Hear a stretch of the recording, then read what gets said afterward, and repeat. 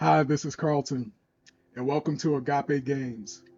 And in today's video, I'm going to share with you how I lost 30 pounds in just 10 days during my most recent challenge.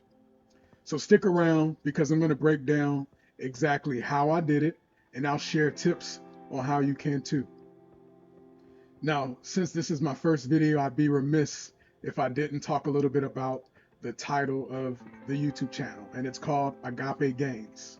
Now, for those who don't know, agape gains. Agape, the first word, is the highest form of love. Agape love is the love God has for us. There's other different types of love. There's eros, which is more romantic love. Phileo or philos, that's more like Philadelphia, brotherly love. But the highest form of love is agape love. And my favorite definition for agape love is unconditional love, selfless love, sacrificial love, love that's given without expecting anything in return. It's how God loves us. It's how we should love Him, how we should love others, and how we should love ourselves. It's a tall order. It's very difficult, but it is something worth striving for. Now, gains is normally a gym buzzword. It's a term that means making progress, whether it's muscle gains, strength gains, things along those lines. I believe that treating yourself with agape love leads to so much more than just physical gains. I'm talking about energy, peace, vibrancy, profit, life, and so much more. Agape gains is about caring for the temple that God has blessed you with. And health comes in many forms and facets. We're talking about mental health, spiritual health, physical health, emotional health, relational health, environmental health, just to name a few. Now, I've personally lost over 100 pounds over my health journey, and it has been, as the name implies, a journey of faith, discipline, and growth. And I'm still learning as I'm going. But my mission is to help you apply God's love to your health journey and to gain in every area of your life. Now let's talk about the 10-day challenge that I just completed. So what I did was a 10-day liquid fast. And as the name suggests, I didn't eat any solid food for 10 days straight. I drank mainly water, and I only drank water when I was thirsty. I didn't go to work towards drinking a gallon a day or anything like that. I only drank water when I was thirsty. I drank coffee and tea occasionally without sugar. I took a multivitamin daily. I took ketone supplements. And then I sipped coconut water here and there as needed when I felt a little dehydrated. But I didn't want to do too much coconut water because it does contain natural sugar. But one of the biggest game changers for me was pink Himalayan sea salt. That gave me strength, vibrancy. It made me feel like I can do this forever. That was a big game changer. So let me talk a little bit about why I started. The reason why I started this challenge was I wanted to reset my body, refocus on my goals. It wasn't purely for weight loss, although weight loss is the goal. But I don't encourage people to only do fasting for weight loss, because if you aim to do that and you don't have a plan on how you're going to eat after you break your fast, you're going to gain it back really quickly. But I wanted to refocus my goals. I originally aimed to just do actually one day, but I had a trip coming up within 10 days. And I aimed to do one day. And one of my dear friends, their mom recently passed away. And it hit home. She was such a sweet lady. She was very young, in her young 50s, early 50s. And it really motivated me to want to just go harder and to be an example for others. And again, weight loss is a part of it, but my deeper goal was healing, alignment. It was a goal that I never accomplished before.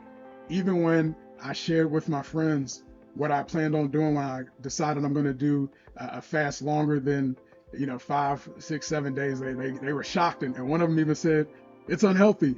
But actually, we'll talk about that in a moment, how fasting is completely the opposite. It's healing. All right, so let's talk about the benefits that I experienced during this 10-day challenge. For one, mental clarity. My thoughts felt sharper, clearer. I was able to focus better. I felt more productive, and I was able to get more done than usual. Energy was increased. Surprisingly, I had more energy and less fatigue. So much energy is used in digesting the food that we consume every day. Also, it saved me time. No grocery shopping, no cooking, no frequent trips to the bathroom. It really freed up a lot of my time during the day. Also, I had very efficient mornings. While my sleep wasn't the best, my body didn't seem to need as much rest. I woke up feeling refreshed, hopped out of bed without grogginess, and hit the ground running each morning. Other benefits I gained was physical and spiritual growth. Liquid fasting, again, it isn't only about losing weight and the physical benefits, but it's also a great opportunity to reset spiritually. This extra energy and time, it allowed me to spend more moments in prayer, meditation, reading the Bible, and aligning with God's purpose. Now let's talk a little bit about debunking some of the myths in regards to fasting. So for one, again, fasting isn't dangerous if it's done correctly. And that's the key word, done correctly. It's healing. So I highly encourage you, if you're going to try it, do your research, consult a medical professional. I am not a doctor. I'm just giving you my experience, my testimony. Also, when people say that fasting is bad for you, I want you to think about, where did that come from, right? Who benefits from the myth that fasting is bad, right? I'll give you a hint. It's hard to profit from fasting. It's hard to make money from fasting. So it only makes sense that it's rumored to be bad for you because there's no money in fasting. I want you to consider this. Jesus fasted for 40 days, and he's our ultimate example. We want to live more like him every day. He lives in us, and he even said, whoever believes in me will do the works that I do, and even greater. Also, I have another personal example, my own mom. My mom fasted for 40 days, and there are people in history who's fasted way longer. Fasting helps activate something called autophagy. Autophagy is extremely beneficial for your health. Autophagy regenerates old cells. It regenerates the body, promotes longevity. It is extremely beneficial for your body, and I highly encourage you to research autophagy. Now, let me talk about one of the keys to success for me during this challenge, and that is tracking. They say that setting a goal without tracking is like wandering in a foreign country without a map or a GPS. You may get to your destination, but it may take a whole lot longer than you anticipate. So let me show you how I tracked. So I used a whiteboard, and this here is not actually from my 10-day challenge. My 10-day challenge is over here, but I wanted to show you another part of what inspired me to do this. So back in November of this year, I set 3 things. And again, this is inspired by the 4DX, 4 Disciplines of Execution, and they teach you to come up with a WIG, a wildly important goal. I took that and made my own spin on it. So I have 3 things that I tracked on here on my whiteboard. I have an irrational goal, I have an influence goal, and an impact goal. So my irrational goal is a goal that is slightly out of reach. It may even seem a little crazy, right? Because if you, just like they say, you aim for the stars, you land on the clouds. I wanted to set a goal that was realistic, attainable, but a little bit challenging, right? You want to push yourself. So I set a goal and I wanted to speak power into it. I am 345 pounds or less from 356.8 pounds, shedding 11.8 pounds by November 22nd, 2024. So that's 1 week. So that's the irrational goal. It's a little irrational, 11 pounds in a week. The healthy average, they say, is 2 pounds a week. But whenever you start a new weight loss challenge, normally you're going to lose a lot of water weight. And I know my body, I gain weight fast and I lose it fast. So I knew 11 pounds was something doable. So next, after the irrational goal, we have the influence goal. The influence goal is, and if you look at 4DX, it's more of the lag indicator. It's something you could influence. It's not something you could change immediately. For example, this was my weight each day during my challenge.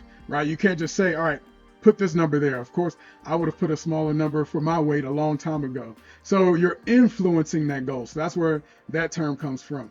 And so here I track my weight each day. And then I have the impact goal. So 3 I's: irrational, influence, and impact. So my impact goal is something I can directly impact, something I can do a checkbox on, yes or no. Did I go to the gym? Did I eat healthy? Etc., etc. So my impact goal was to track how many days I decided to eat the ketogenic diet, so a low carb diet. That's what works for me. And which days did I fast and which days did I go to the gym? And I made a note on each days I ate keto, which days I went to the gym, which days I fasted. So that's how I track my impact goal to help influence my influence goal to help reach my irrational goal. And as you can see, by November 22nd, after 7 days, I was able to lose 18.2 pounds. So that blew my mind. So I wanted to show you that first. And then this is a little blocked off treat meal. I had a treat meal that day. You don't want to reward yourself with food, but sometimes you can't help it, right? But anyway, I wanted to show that first, even though it's not the 10-day challenge.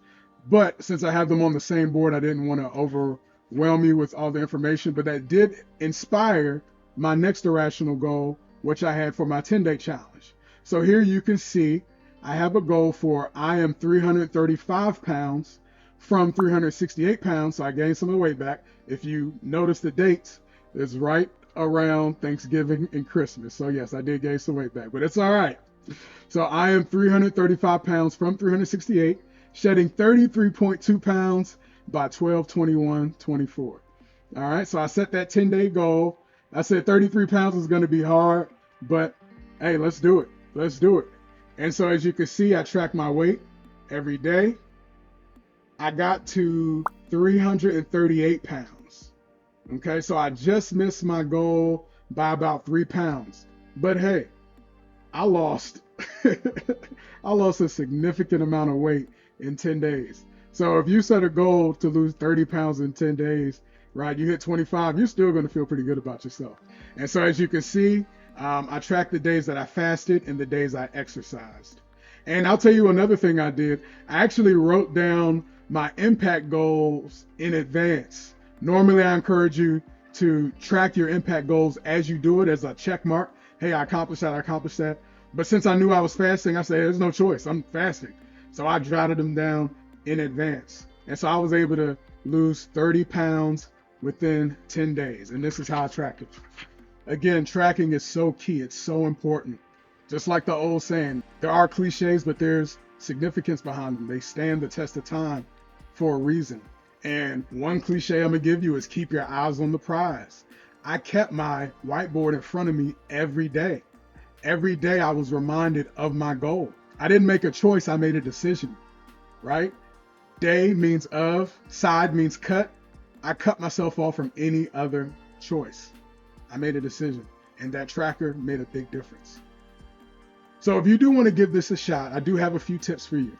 For one, again, I'm not a doctor. I highly encourage you to do your own research. And one of the other big tips I have for you, if you want to give this a shot, whether it's 10 days, 5 days, 4, 3, 2, 1, whatever, I highly encourage you to start off slow. I've been fasting off and on for years, but I'm just now getting to the point where I'm being more consistent and I'm taking it seriously. So please start off slow, treat it like a muscle, and build up as you go. If you eat 3 meals a day normally, reduce it to 2 meals a day. If you do 2, reduce it to 1 meal a day, right? Maybe if you want to make it a little easier for you to do a 24-hour fast, maybe have your last meal at dinner from one night and then don't eat until that same time the next day. That's a great, easy way to work your way up to a 24-hour fast. And track. Not just the way I tracked here, but journal as well. Journal your energy, how you feel. Journal your cravings, right? Because it's going to get frustrating at times. And also keep yourself reminded of why you're doing this. Also, plan ahead. I chose my dates in a way in advance so I can avoid events and parties during my fasting period. And then I did have one event that I attended, but I just drank water, right? And I had a good time. know your why. A strong why can help you endure almost anyhow. So ask yourself, why are you doing this? And keep that on the forefront of your mind. Keep it fun. It really helped me by staying busy. I made sure I focused on working. I made sure I focused on reading my Bible. I prayed, I meditated, I set goals, I listened to audiobooks and set goals for my health and my business, and just got excited for what I could accomplish with all the extra time and energy that I had. And again, I mentioned this before, but work with a medical professional, right? Always consult before attempting a fast like this or anything of this sort. As far as what to expect, let me tell you, the first 2 to 3 days are the absolute hardest. It's so challenging. You're going to be thinking about nothing but food. And don't do what I did. Look at food reviews on YouTube and TikTok. That's a big mistake. It's going to get you so hungry.